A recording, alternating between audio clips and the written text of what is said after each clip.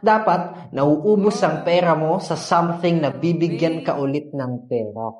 Or, ikaka-improve mo. Pag nauubos yan dahil sa consumption, mali yun. Alam niyo ang problema sa karamihan ng negosyante ngayon? Kaya hindi umaasenso, hindi marunong gumastos. Promise, ang kuripot nila sa negosyo. Right?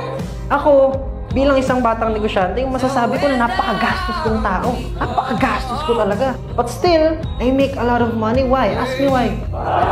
Kasi yung paraan ng paggastos ko ay tama. I spend my money on things na makakapagpag-grow sa negosyo ko. Whether it may be for personal growth, for expansion, for marketing, for the people, for the product, for innovation, lahat ng klase. Ginagastosan ko yan. Bakit? Nilalabasan ko ng pera yan para bumalik pa ulit sa akin yung pera. Ang well-spent money lang para sa akin ay yung babalik pa ulit sa akin.